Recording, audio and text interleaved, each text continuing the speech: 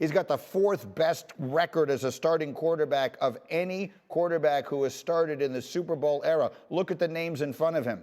Mahomes is the best player in the sport. Brady is the best player ever. Roger Staubach won the Heisman and was a first ballot Hall of Famer. That's the kind of company that he keeps. So again, they can go one of 2 tags, and this is what you need to be watching for as the day goes on today. Barring something totally unexpected. Right. They're not going to reach a deal before 4 o'clock this afternoon. Doesn't look like it. So he's going to have one of the franchise tags on him.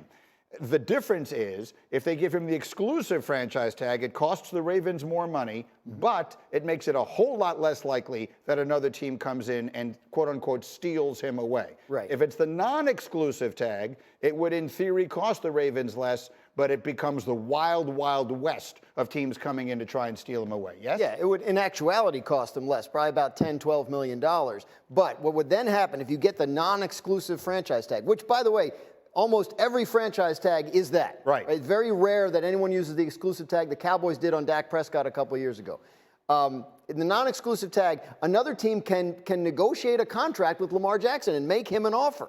And if that happens, the Ravens would have 7 days to decide whether to match that offer or not. If they matched it, he stays a Raven. If they don't, the Ravens get 2 first-round picks from the team that made the offer sheet. So that's the risk they'd be taking with the non-exclusive, well, 2 risks. One is another team could come take him away from you. The other is he gets really ticked off and doesn't want to play for you anymore. And that's the mysterious part that we don't know how he will react once that happens, if that's what they do. So, Nick, we've been working our way towards this time. And again, I always associate you with the Ravens as much as anybody.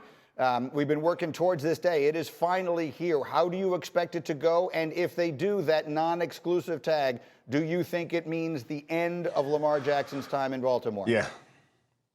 Absolutely. I think if you put the non-exclusive tag on him, that you are asking for him to leave, because there are other teams who could structure a contract so that it's very difficult for you to sign him. And also, if he does come back, you've angered him. So the point of using a franchise tag on a franchise quarterback is only to create negotiating leverage. You do not want to actually enter a season with a quarterback on the franchise tag, because it's never worked out for the team. You always end up paying what they want or paying more than you anticipated. So you sign him to the contract now, and I get the principle that the Ravens are standing on, but that principle ain't going to keep you warm at night. That principle ain't going to put a ring on your finger. You got a franchise quarterback. You better figure out a way to make him happy, because that's the only way you have a chance. The only way you have a chance of getting a ring in the near future.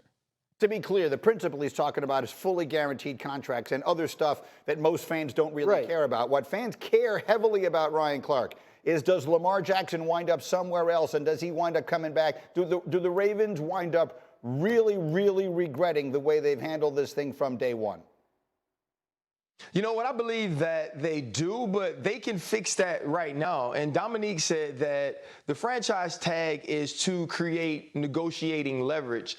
What you want Lamar Jackson to feel is that the franchise tag is creating time for both of you to negotiate. You don't want him to feel strong-armed right now. This is not the way that we're used to seeing franchise quarterbacks who have won MVPs in their first 4 seasons be treated. And it keeps making me think about Angela Bassett in Waiting to Exhale when I keep thinking about this non-exclusive tags. I mean, Bernadine was John's lover and secretary. And then he went on ahead and got with the girl from the job. And she burned down everything in the closet. That's the same exact place that Lamar Jackson is going to be if you can give him that non-exclusive tag and let him know that you're okay with him negotiating with other teams. He is asking for a lot, or at least he's reported to be asking for a lot. But if you give him the franchise tag, maybe you are taking the chance that he doesn't sign it and he doesn't play. But football players play.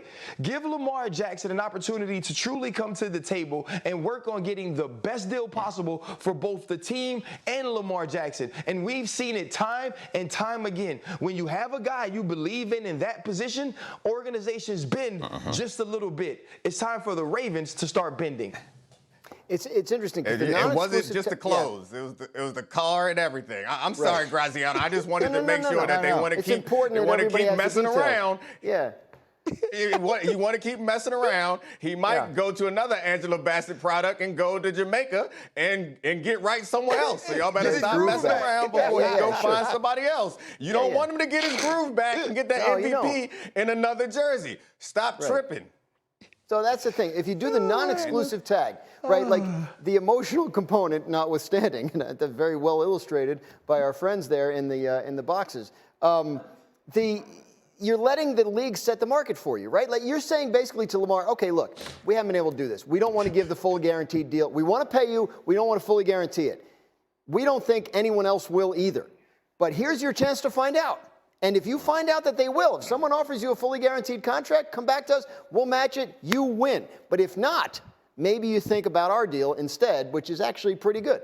That would be the Ravens' position in that case. I understand. I keep thinking. Go ahead. Go.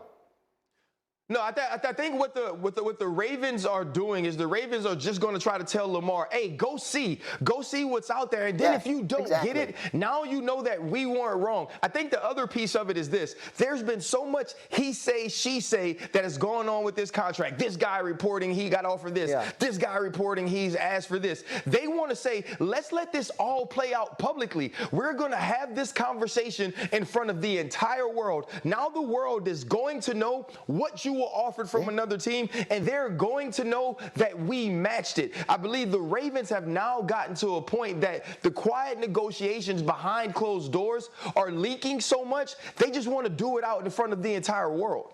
I guess. The only thing I would say is that in what relationship have you ever heard of where someone at any point said to the other one, you know what, go out and see if you can do better than me. And if you can't, come on back and we'll live happily ever after. It happens all the time in free agent negotiations. All kinds of teams do that. I guess. It's not relationship. But not with your superstar quarterback who's supposed to be the face of your franchise. I mean, they are the Baltimore Lamar Jackson.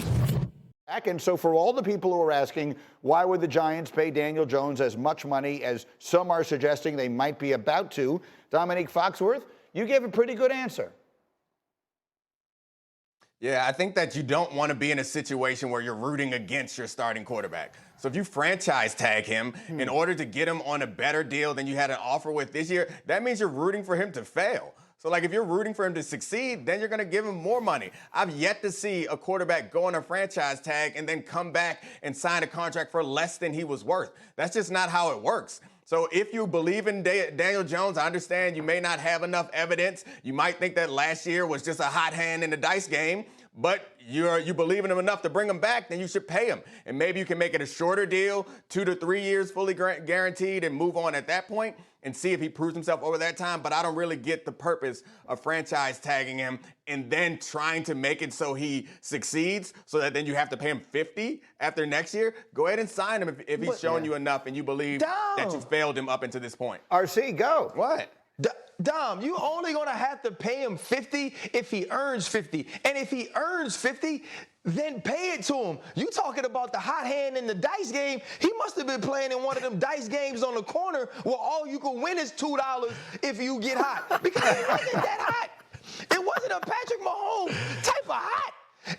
He wasn't even hot enough to get to Vegas, which is where the Pro Bowl is. I don't so disagree when we're with talking about giving him $40+ million for 15 tubs? For that? For 2 games during the regular season with over 230 yards passing? And now, don't get me wrong. I know it's not all about what you can do passing, but I feel like we're looking at Daniel Jones from where he was, which was awful, and we didn't even know if he could be an NFL quarterback, to now, and we're taking that vast improvement to say we should pay him on that rather than looking at who he truly was this season. I think Daniel Jones played really well compared to what he'd done in his first 3 years in the league. But he's not played himself into a position where you want to be locked down with Daniel Jones for years. No, root for him. Root for him like the Cowboys were rooting for Dak. Like, I don't think that that's wrong. Yeah, no, I don't disagree with you. I don't think it's wrong either, but it's not about whether he's proven that he deserves it or not. It's about the timing of the situation. He's got them in this position. It happens so often on the other way where the players outperform, but they have so much more time left on their contract. This time, he showed you a glimpse, and you can look at even what the owner said and look at how they failed him up until this point.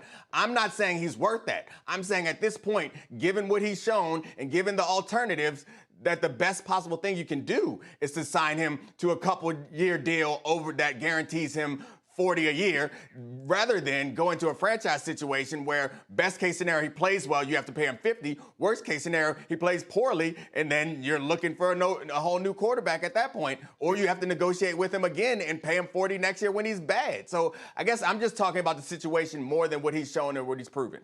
You know, Dan, the guy who drafted him, Dave Gettleman, famously said at some point during the evaluation he fell in love. And I think that's really what this comes down to. Do they like him or do they love him? I mean, have you decided yet that you love him? If you love him, then give him the deal, and we're all good here. But if you merely like him, you are running the risk of this going sideways on you. Right. You introduced this segment by saying that wanting to franchise Saquon Barkley is a bad reason for giving a long-term extension to the quarterback. And you're right. The reason would be we believe in him. We think he's our long-term answer. He showed enough. So if that's how the Giants feel, then it's going to be a deal. You know, if it's fully guaranteed, like Domonique suggests, Lamar Jackson's going to be doing cartwheels because he's going to be able to say, see, there's another one out there. But, I mean, after yesterday, when those two guys got 35-ish, right? I mean, you know, and you can franchise him for 32. I just don't see the need for going over 40 here just to get this done. I'll say this, if Daniel Jones gets a fully guaranteed contract and Lamar Jackson does not, it is going to be one of the really amusing conversations that we've had on this program in a long time. Thank you for watching ESPN on YouTube. For live streaming sports and premium content, subscribe to ESPN+.